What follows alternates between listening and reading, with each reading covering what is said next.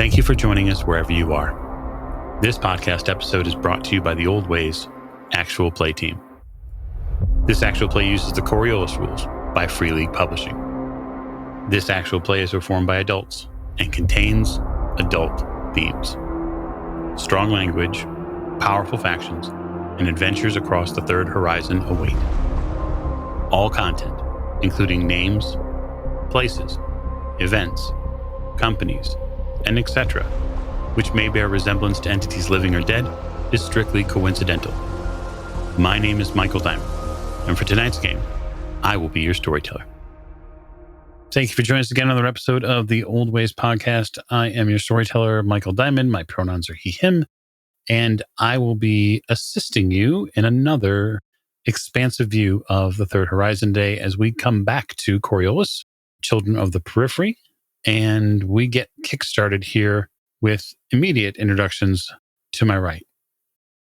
Hello, this is Morgan, and I play Captain Amara Kasra. Our pronouns are she, her, and we are about to be boarded. So let's get this party started. I bring the party and the ruckus to Captain Kasra's right. Hi, this is Allie, and I play Kainat, and our pronouns are she, her, and we're being invaded.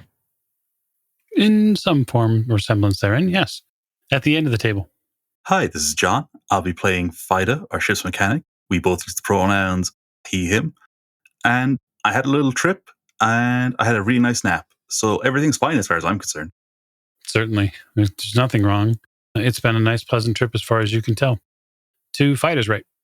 Hi, this is Rena. My pronouns are they, them, as are those of my character Tamarisk and Vari, our courtesan, and I'm doing my best to be culturally respectful.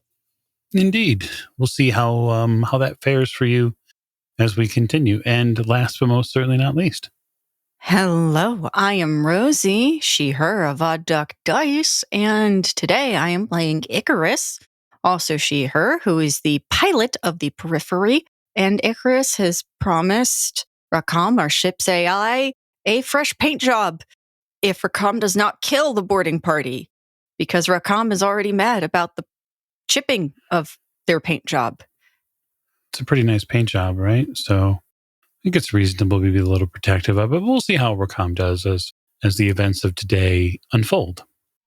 And so, with a snap hiss and a long mechanical exhale, the internal side of the airlock of the Periphery opens. And you can hear and see people begin entering the ship. Now, before they do that, I'd like to know if any of the player characters were prepared or are headed to that space to greet their new guests. I'm already there, as of the end of last episode. Okay. Tamarisk would have headed down there as well. Icarus is keeping her butt in the pilot's chair. At the moment, we all know that Fida's a little sleepy. I got a little bit of a knock. It's okay. I'll be all right. Just let me sleep it off. It's fine. All right. Kainat, are you staying quiet? Chances are that I will linger in an in-between space between the med bay and greeting our new guests, somewhere that I can see the action, hear the action, know what's kind of going on without having to be like crowding the space on the ship as it is. It makes sense. So, Captain, 3 armored men walk onto the ship in a tight arrow-shaped formation, leaving 3 back in the connected airlock space behind them. They're armed, as I mentioned before, but they're not brandishing any sort of firearms or rifle weaponry. Right? Hands are open and free, and they very respectfully bow and greet you and say, may the 8 wisdoms share their tales with you soon. Yeah, I bow deeply to them as a sign of respect. I am Armand Bijan, the head of the portal inspection crew. Could you please show me to your cargo hold? Right this way. And I lead the way to the cargo hold. Mm-hmm. So, Tamarisk, are you going with the captain then? Yes, I'll be following them. So walking down through the ship, you get a sense of the body language that these 3 inspectors have. They seem very professional, but they also seem very curious. So they are paying attention to everything and anything within their visual range. You get to the cargo hold, which is for the most part empty at this point, minus the box that's attached to the wall, the black one, and some of the consumables that are stored here for longer trips, like this one, because the galley can't carry all of it at the same time. They walk over to the consumable boxes and gesture to them. Please, open. Sure. I open it. They begin a very slow process of going through and looking at every single freeze-dried bag of food and anything plant-based, anything seed-based, all of it. They inventory it and they match it against the list that shows on the outside of the container in a 1-for-1 basis. It is arduous and a little boring. During that time, Icarus, the bridge gets a series of visitors. 3 men in armor, which you saw on some of the view screens here. They make their way from the connecting airlock into the bridge area. Icarus spins her chair around. I'm assuming it's one of those fun swivel things. And says, "Oh, hello. Welcome to the Periphery. Have you said hi to our captain? I think she was meeting your party at the airlock." They acknowledge you with a bit of a smile and a nod, and then they fan out and start looking at instrumentation panels and looking like they're looking for a missing sock. There are no quick movements that they're making. They're being very slow and sort of at a determined pace. One of them hangs back a little bit closer towards the captain's chair and the flight navigational chair. Well, we have not had the pleasure of meeting the captain directly, but I'm certain we will in no time. We're doing a general inspection of the ship before it enters, before it gets too far from the portal, should there be any objections to it being in Sandaal space. Of course. Let us know if there's anything we can do to help. Just gonna keep sitting here and do my job. That is a flight suit? Yes. I added pockets to it, but it's a flight suit. This is what I do. I fly, wear flight suit. Yep. Oh, very interesting. He steps away towards a back area. You see him take out a data pad and he makes a couple of notes and tucks it back into his uniform. Fida, you wake up like you've been hit by a bolt of lightning. No. You're in the Metacurgy lab. Oh, your shoulder's sore. It's got that constant dull throb. Oh, my head. He just moves each finger, wiggles his toes. I don't think he can move each toe individually. I just don't think that's someone Fida is. And he's just, yep. Okay, everything's where it should be.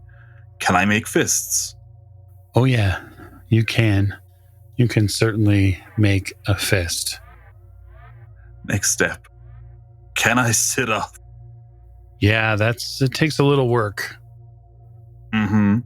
As he tries to lift himself up, his left shoulder that dull throb just gets each wave of it's just stronger and stronger. And he's just like, okay, I can't use that arm for now. I shouldn't use that arm for now. It's so bright in here. Why is it so bright? Hey, John, why don't you have Fida make me an empathy roll? I would love to. 4 dice, 1 success. 1 success is all you need. Oh boy. The intricate tattoo work on your forearm starts to throb. It starts to shift. That's happened a couple of times now. He kind of looks down at it to see if it's moving. Yes, it's beginning to move. Oh, gee. Oh, that's not great. All right. he's just going to focus on breathing for a little bit, try and keep as cool as best he can. Okay. And think, okay, where are my clothes? And why didn't they put a blanket over me? All wonderful questions. Mm-hmm. Wonderful questions. Back in the cargo bay, the process has continued to the second container. They have not begun to put the things back into the first container yet, but are starting on the second one. Gentlemen, will you be cleaning up after yourselves? The lead inspector turns around. Once we are finished, of course. I appreciate that. You are free to go about whatever business you have, Captain. I'm certain we can inspect these 2 or 3 boxes in a timely manner. I'm sure I do have other things to attend to. Tamarisk, would you be so kind as to help these gentlemen with any needs they might have if they get lost in the ship? Of course, Captain. We can't have anyone getting lost. If you need me, please call over the intercom. I will not be far. They nod. I head back to the bridge. Back on the bridge, before you've arrived, Captain, one of the men who came up for inspection, Icarus, walks back over to you. Not the initial man that you spoke to, but a different one. And while his compatriots are a little bit further away inspecting things, he looks at your flight navigational control pad and the messaging center nearby. And he points to the messaging center and says, "Is this where you send and receive ship-to-ship messages?" Yes. Do you mind? He sort of gestures to the panel. No, not at all. And she doesn't get out of the chair, but she does scoot it back so that he can get there. But she is not moving away from her station. She's going to let the search happen, but is not interested in releasing her total control over the space. I would like Icarus to make a wits observation roll. 3 successes. You watch as this inspector, this member of the inspection team, begins tapping very quickly on some of the messaging controls. When he does so, he brings up a wide keyboard, not just the simple one that you use to sort of quick reply messages, but this is the full version of it. He taps out a message on the pad, and you watch as the display text appears on screen, and it says, "Please, whatever you do, help me get out of here." That's the message she sees him typing. Mm-hmm. She mutters, "Shallah," under her breath and thinks to herself, this is a trap. This is a trap. I'm just going to keep sitting here and do nothing. But what she says out loud is, "Hey, I thought you were just going to be looking at stuff." Well, it's important to make sure that there haven't been any improper transmissions. The first man that you spoke of, who's gone to the front to make sure that the paneling is properly installed on the vessel, turns around and says, "You're absolutely correct. We should have an inspection of the log of the ship, the beginning of its journey to here." Oh, okay. It hasn't been that long, though. We're the Periphery's first crew. Then it should be a quick search. That's what you hear, Captain, as you enter the scene. Oh, gentlemen, this is our lovely captain, Captain Amara. Gentlemen, what are you looking to search? Well, it's within reason, I think, to make sure that you're not harboring any ill communications. And an inspection of the chapel, it seems, revealed that you have a station to the Faceless One. Is that true? I look over at Icarus. Like I said, we're the first crew on the Periphery. I honestly haven't been to the chapel yet, but if that's what you saw, we haven't really gotten comfy yet. The man stands up a little straighter, sort of sets back his shoulders a second. How long have you been on this vessel? 2 days? And she has not seen the chapel in 2 days? I'm the only pilot? How liberal are you with your rules here, Captain? Oh, I am so sorry. We are not like that here on this ship. We are vigilant about our sacrifices to the icons, our daily prayers, if not more. I will be writing you up. My apologies, Captain. I'll go take care of that. Right now, do you know how to fly this ship? I probably do. Okay, then. I'm happy to assist, Captain. You hear the voice overhead. Oh, Rackham, wonderful. Can you take over for Icarus while she is completing her lack of duty? Do you see the inspector you were talking with sort of look up and around? What is this? A djinn? You harbor a djinn as well? No. Those are things of fairy tales. Have you ever seen a djinn? Yes, I have. They walk among us. Oh. Should I be worried? Could one of my crew be a djinn? Could one of yours? I believe you are being far too flippant. Oh, I'm sorry, sir. I mean no disrespect. I'm not certain I believe that. No, that is our AI, Rackham. He is here to help. Good. What else can I do for you? Do you need a cup of tea? That would be very pleasant, thank you. I call overhead. Kaina, can you get a cup of tea from the galley? I'm not leaving these guys on the bridge by themselves. That's my internal thinking. Hey, Chris, what are you doing? Are you heading to the chapel? Yep. No reason to piss these guys off. You head into the chapel. It's a little dark in here, but that's to be expected because it's a space where one uses to speak with the icons. Your icon is in no way the faceless one. You speak with the Lady of Tears. That's a specific aspect of the Lady of Tears. So yeah, the room is segmented into spaces for each of the icons. But what I'll have you do is make me a cultures roll. Empathy culture. So I've got a 2 in empathy and a 0 in culture. So this is going to go really well. That's 2 1s. I'm glad this isn't Alien. Yeah, you're not really sure why they're mad. It doesn't really make any sense to you. May I ask to push that roll, please? Certainly, you may push that roll. I will simply remind the player and all players at the table here that failed push rolls are bad, as FIDA found out very recently. Yes. However, I think it will make them even madder if I go back and go, I don't know what you're talking about, man. Yeah, that's probably true. Okay. That paid off so much better. That's 2 successes. Oh, fantastic. So it takes you a second, but you put it together eventually. They mentioned while you were on the bridge about the chapel having a spot for the faceless one. And in some of the quick reading that you did about the system, about the 8 wonders that are here, they're out on the whole faceless one. Not only they do not agree with it, but it's banned from being worshipped. So that's what they're mad about. Is there a private comms system?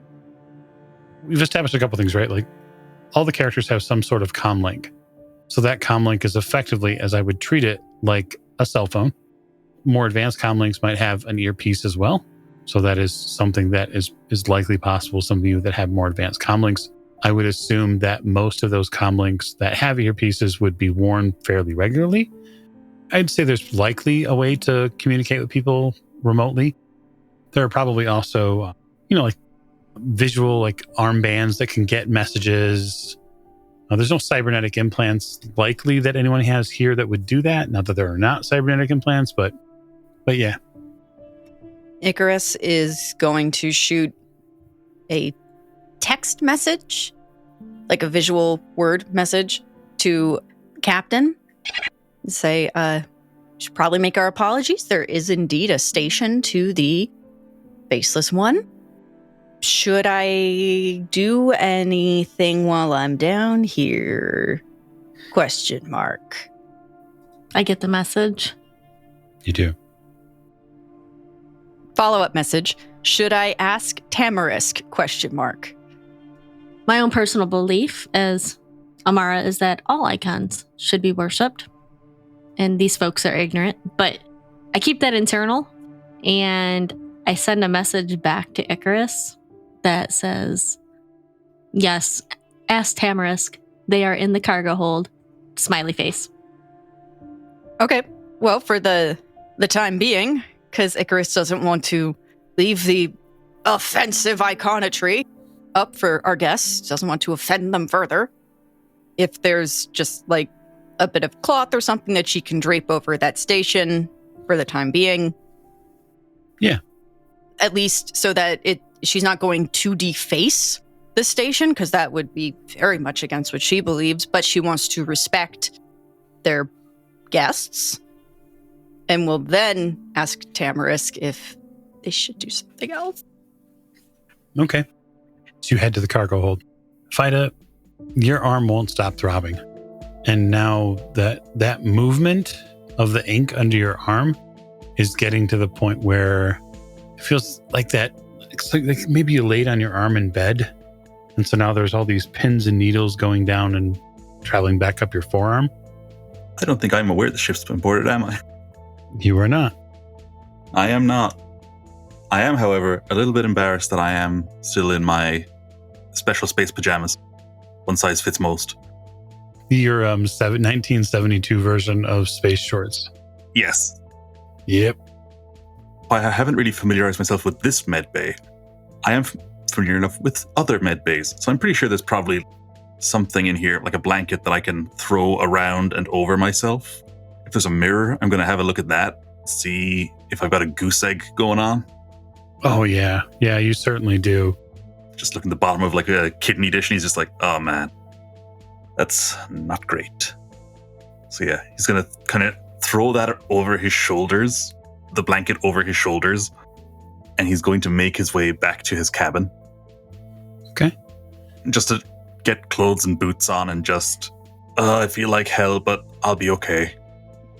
You step out of Metacurgy and you head left, which is sort of where your cabin is at, and you run straight into a guy in a uniform. Fida's big, but he's also not dressed. He's just like, oh, was there an accident? Who are you? Are you all right? I just woke up in the med bay and I got a real... He just points. Oh. Don't know what happened. The guy looks you over a little bit. Oh, by the 8 wonders, you are not doing well. Let me help you. Thank you. My cabin's just this way. He walks you to it carefully, gets you to the cabin. You know, as he's going along, the fight is kind of putting a couple of things together. He's like, okay, who the fuck would be on board the ship? Okay, you know, system security, because I don't recognize this guy. Okay, that's fine. Hey, weren't we going to that, like, weird foundationalist, like, beyond hardcore extremist system? Okay. As he's talking to him, he's like, yeah, that's... And I have no memories of anything after going to stasis. I just woke up there. But he's got the blanket, his arms are under it, because he's like, I'm pretty sure that they're actually moving.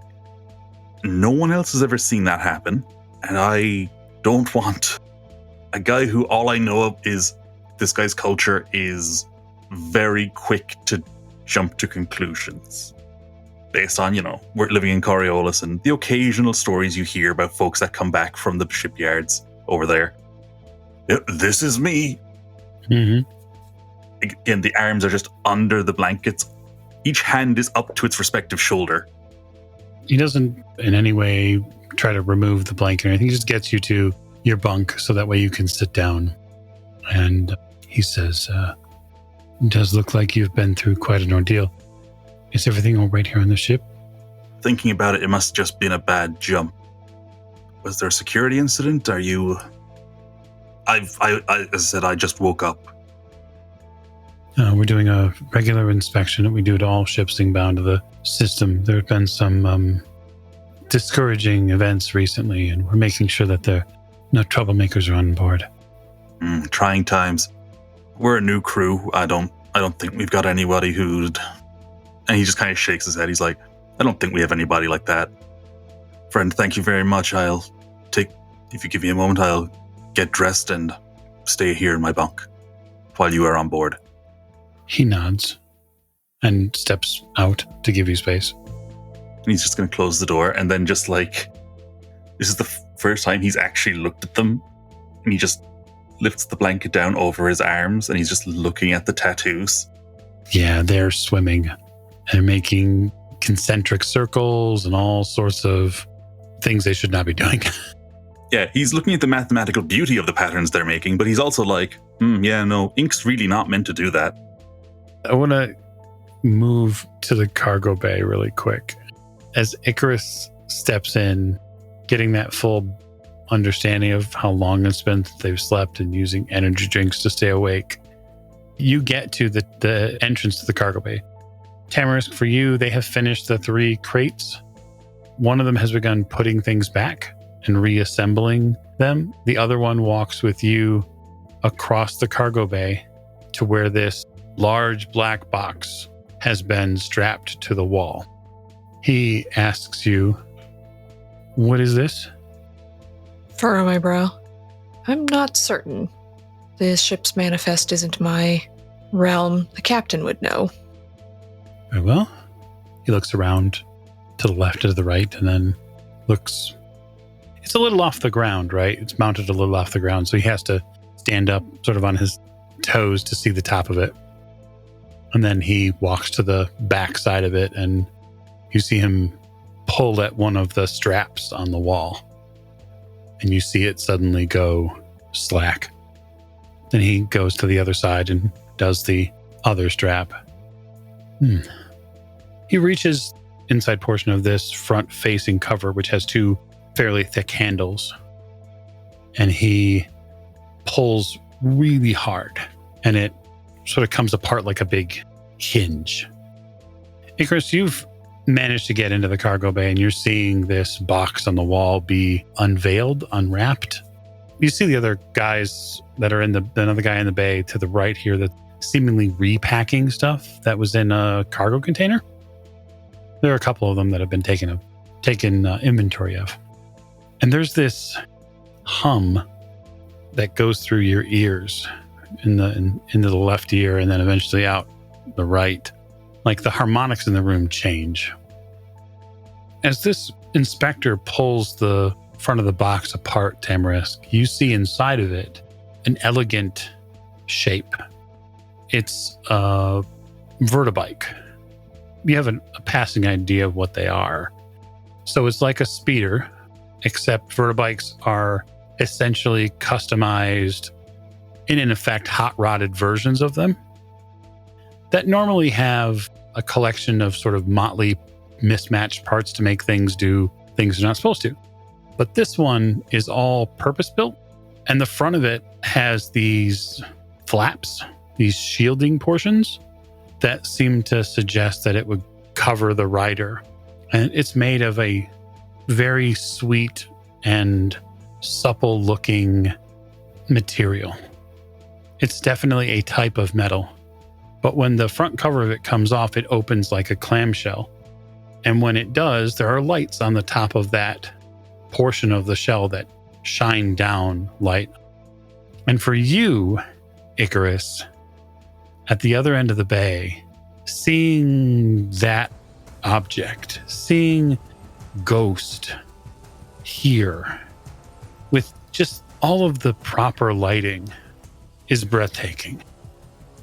Oh, Mike, what are you doing here?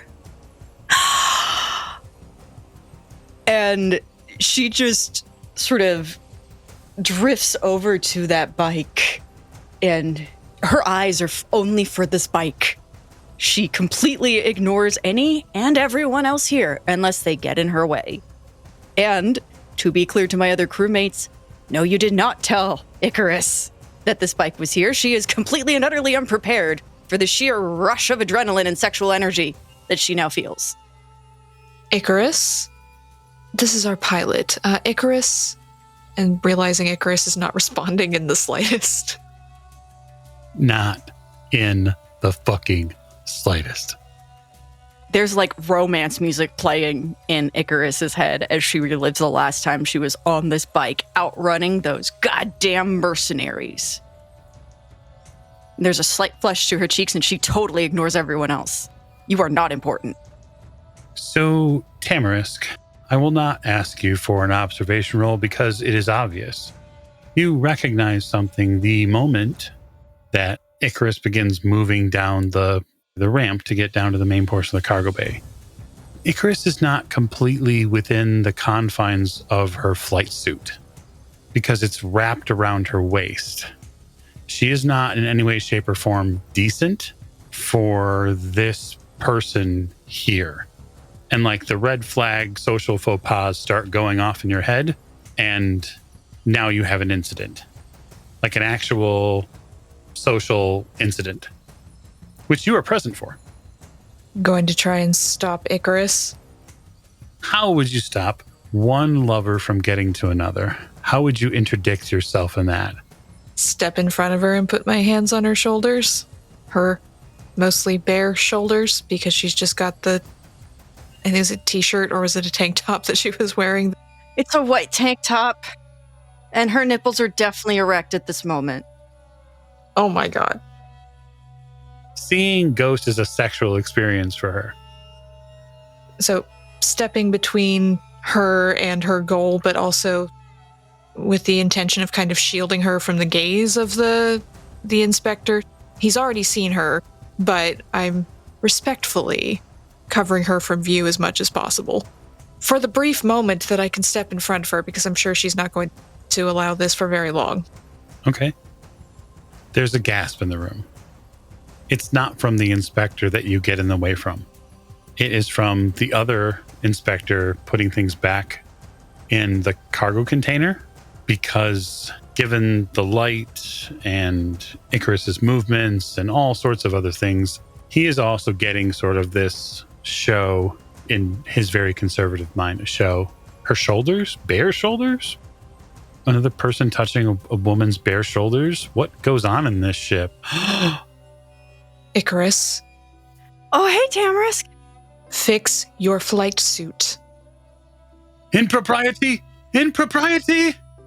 You hear it, this inspector start to call, and then he points, like at the two of you.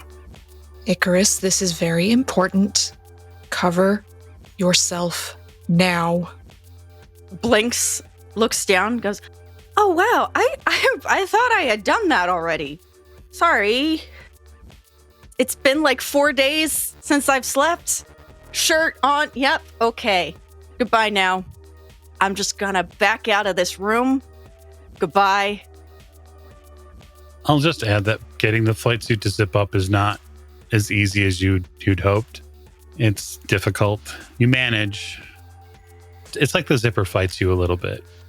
It gets stuck on the way up and she has to undo it a little bit to get it back up again. Well, yeah, okay. I've totally done enough good here. Goodbye. The inspector behind you, Tamarisk, says, explain yourself. Our pilot has not slept in several days, and likely it was a misstep in judgment.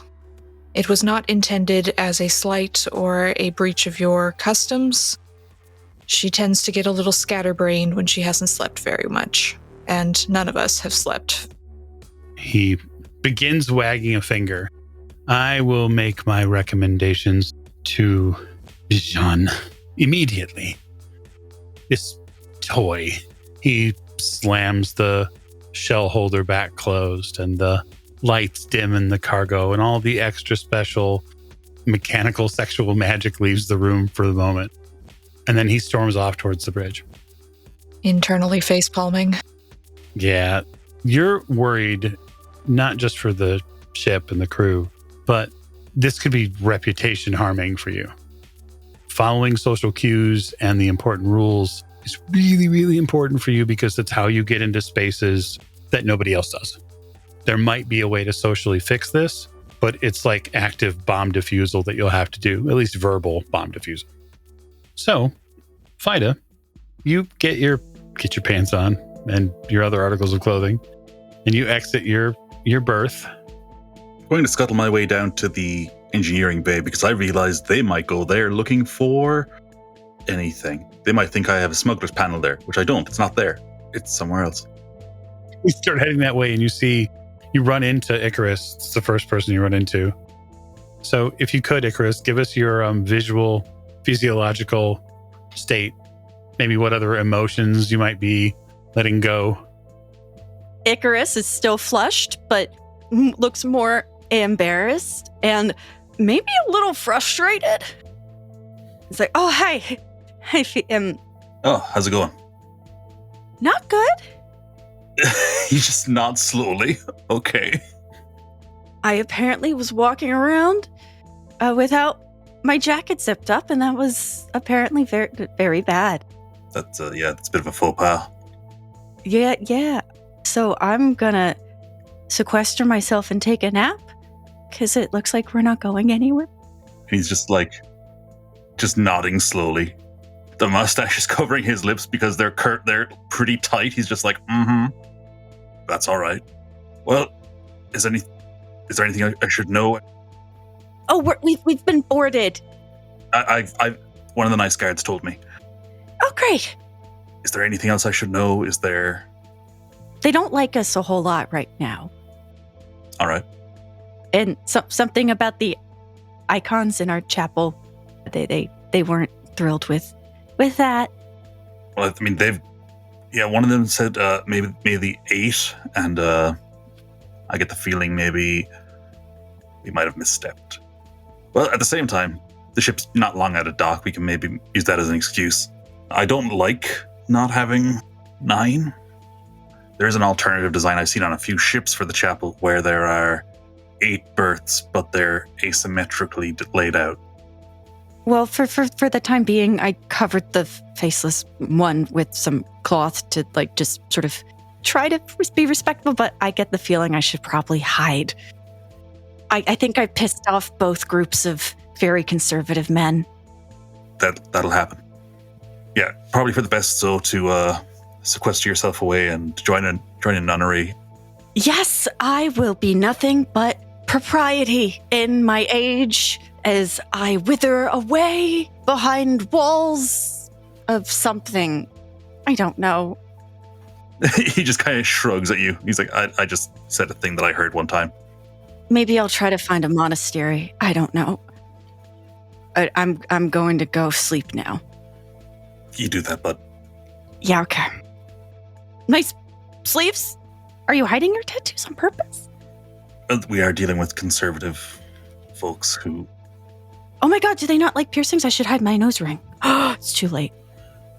And you actually notice that he's tied, the big mane that's always out, nearly as wide as his shoulders, is now, tied back in at least a ponytail, but he's just like, yep. He just puts a big meaty slab on your shoulder. He's like, it might do no harm to conform going forward. After a nap. After, yes. Yeah, okay. Good night. I think my room's there. It's right there, yes. You managed to stumble into it without creating any more improprieties. You went at the captain's request to do something that you do a lot of, which is prepare tea. Yeah. So I'll ask the player, what kind of tea are you preparing? Do we go with some fancy made up tea, or should I just make some basic just tea?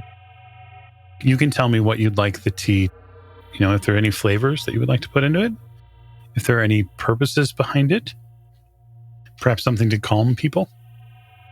I mean, chances are honestly probably just that I make a big pot of an herbal tea that's kind of richer in more earthy flavors. So there's probably sage, there's definitely cardamom, there's definitely cinnamon, it's going to be a richer spiced tea. Okay. And I'm making it with the intention of, serving to people who are going to expect me to be a little bit more reserved. It's not something that I'm unaccustomed to. I've dealt with a little bit of this, not massive amounts, but I was raised in a culture where, having more of myself covered is more natural, so I'm a little more familiar to that. It's just not quite as of an extreme from where I come from. You prepare the tea and prepare enough, cups to take it out back to the bridge. It's likely that there would be a space in the bridge, a small alcove where a tea set could probably be placed and then served for members of the crew. That's totally normal. For your part, Captain, they have been looking at logs. There's not a whole lot to see here, though, which is nice. You do notice that the lead inspector, Armin Bajan, does read that the vessel is owned by Leo Marhoon. Like, you see him read that information. And there is a slight change in his body language. Like for the positive or for the, we're going to jail you? Oh, no, not for that. The nipples will get you jailed. We'll get to that. Yeah, I'm waiting. I haven't heard about that yet, so. No, you haven't. I think that it's only fair to allow the players to hopefully undo that situation that has been done. At least maybe. I try to be a fair and just judge of the Chronicle, but sometimes you just make it too easy. After the data inspection, the tea arrives. And with the tea and some reasonable respect, the inspectors seem to be a little less agitated for the moment. Amara, I'm going to give you an observation roll. Wits observation. It is a roll that comes with a complication. So it is a non-standard 1 difficulty. It's difficulty 2. I rolled 5 dice and I got 2 successes. Very good.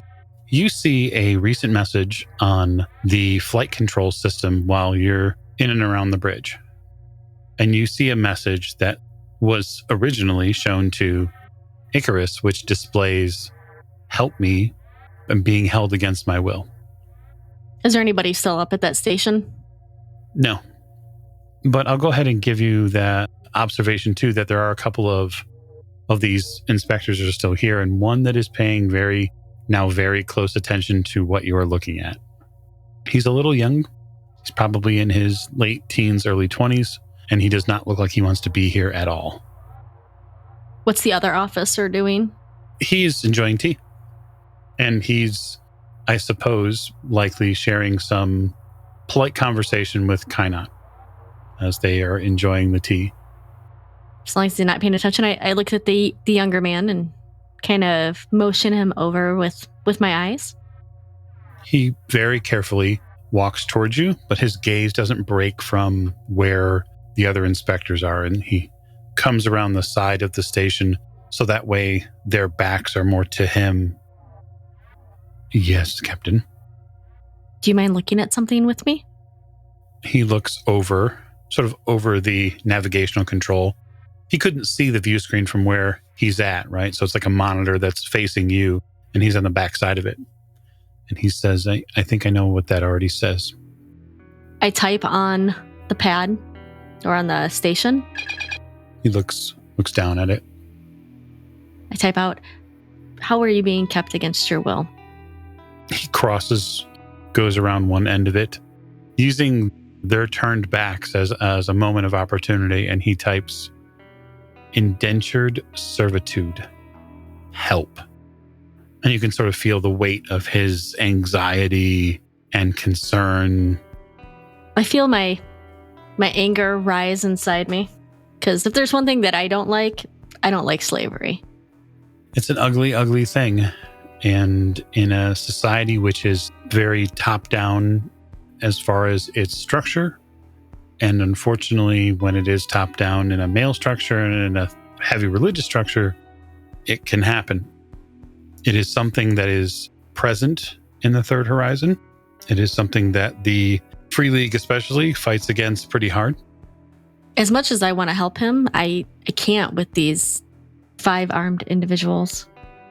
Because if we fight back and take them out, we're never going to make it past this mission.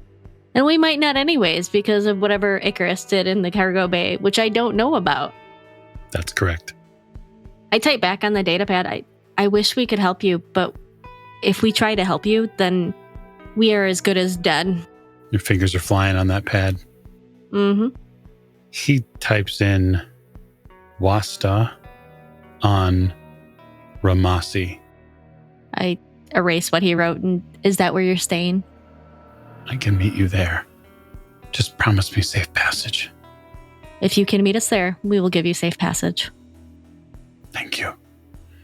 You hear a call up from the passageway that leads to the bridge. You hear, Inspector, impropriety. I whip my head around. You see one of these inspectors come in. You'd have heard this as well, Fida. You'd have heard a man from the cargo bay where you were heading back towards you'd have seen him likely passing you at a clip, and as he got closer and closer to where the passageway leads to the bridge, he would have begun saying impropriety. He comes in and becomes the center of attention for just a moment, and he walks over to Armand, his lead, and says, impropriety, the ship is covered in it. That is blasphemy. He turns, he whips around and looks at you and says, you mind your tongue, Captain. I watched one of your crew walk through the cargo bay nearly naked. Nobody is naked on this ship. That is against the Icon's will. Yes, it is. All 8 of them. Nobody on this ship worships the Faceless One. I do like the aggressive bald-faced lying. That's always helpful. It's a good look for you. Armand turns to you and says, is this true? Do you have crew members here walking around half clothed, not covered? I take a deep breath. Sir, we have traveled a long distance in a very short amount of time. We are running on no sleep. We are not trying to disrespect you or the Icons. Anything that might have happened was purely accidental, and that crew member will be firmly disciplined by my hand or someone else's. Tamarisk, had you headed to the bridge as well? Absolutely. You're in hot pursuit of this, and so you get the full breadth of this conversation. Kainat, you're there as well. So the 3 of you are sort of seeing this exchange go back and forth. That inspector is still red-faced and a little foamy at the mouth, I think. He's out for blood in some way, shape, or form. But that doesn't mean it can't be diffused. It just has to be properly addressed. I look over at Tamarisk as they walk in. As the captain said, we have had very little sleep, and Icarus is young and has not traveled much. She needs training. She needs to be instructed so that she follows the rule of the Icons properly. She needs to be supervised. She did not intend to violate your propriety. And yet she pierces her body and cavorts without a head covering.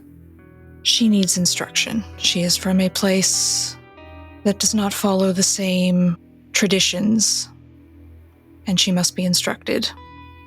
And who would give her instruction? You? The captain? I, of course, can instruct her. Well, someone must, seemingly, for she has no sense. She has no shame. Children often have no sense. Well, she is a child. In some ways, she is not responsive culturally as she should be. Sometimes one must learn as if they are a child. Very well. All right, Tamarisk. Let's see what you got. Oh dear. I'm going to give you the option of empathy manipulation or empathy culture, depending upon how you'd like this role to go. With empathy culture, you're going to connect with this person and reassure them that culturally, you're going to be the person who's going to take care of it. And you're going to make that a truthful statement. With empathy manipulation, you're going to slather this person with as many lies as possible to convince them that you're going to do it, but then you're not actually going to do it. So which one would you put your heart behind? I think empathy culture, because it is important to me to follow cultural traditions when I'm in a place other than my own, and I would want Icarus to follow the rules. Plus, if she doesn't, we're going to get in trouble further down the line, so it's in my best interest to ensure that she does. follow the rules. So it's going to be 7, 2 successes. So that's enough. You buy off the complication of the impropriety, and you, through a steadfast and firm voice, reassure a series of inspectors that you're going to put things right, that you're going to teach her, and you give them the impression, the firm impression, that you'll be effective in it. The inspector produces a form and hands it to you for your thumbprint.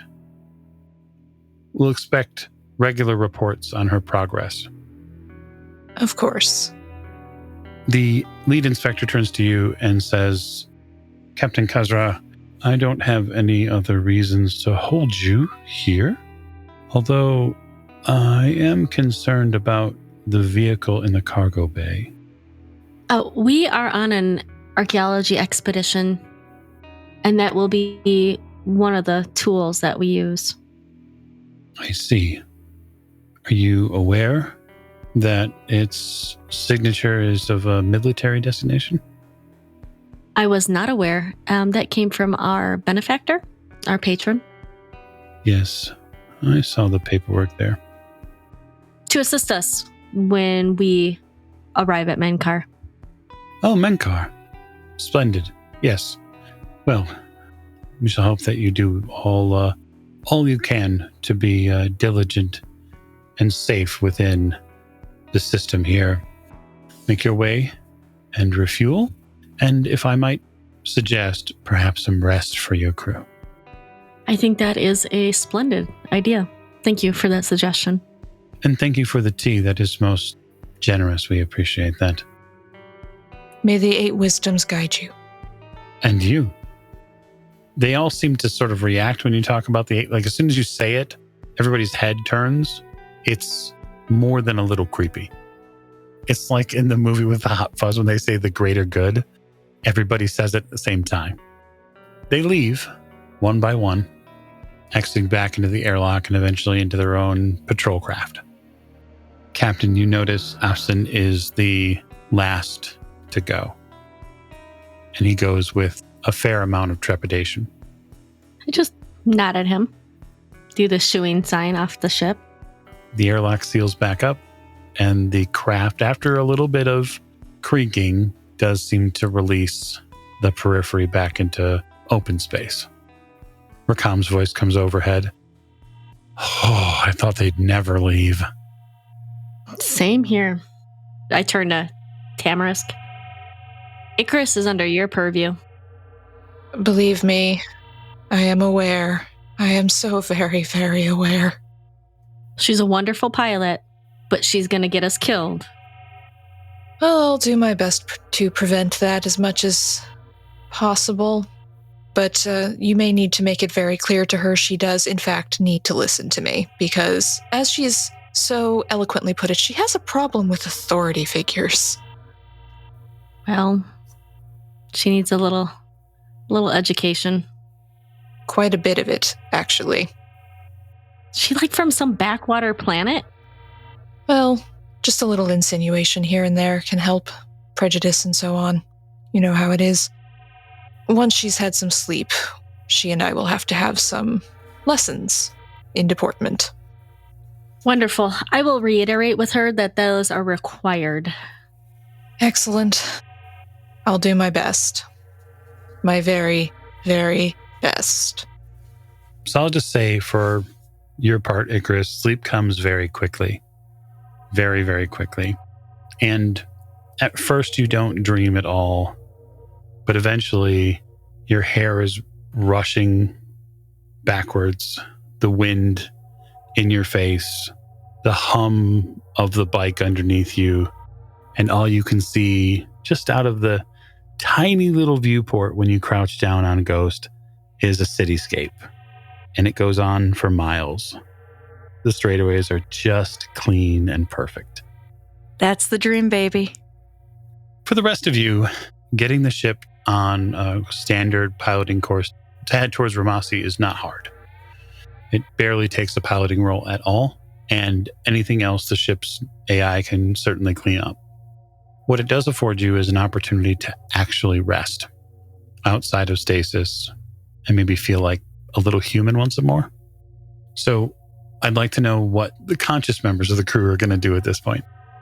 My forearms are just getting worse and worse. I've got to do something about that. So I'm going to close the door to the engineering bay, and I'm going to lock and bar it, take off the jacket, and just put both arms out in front of me, look at them.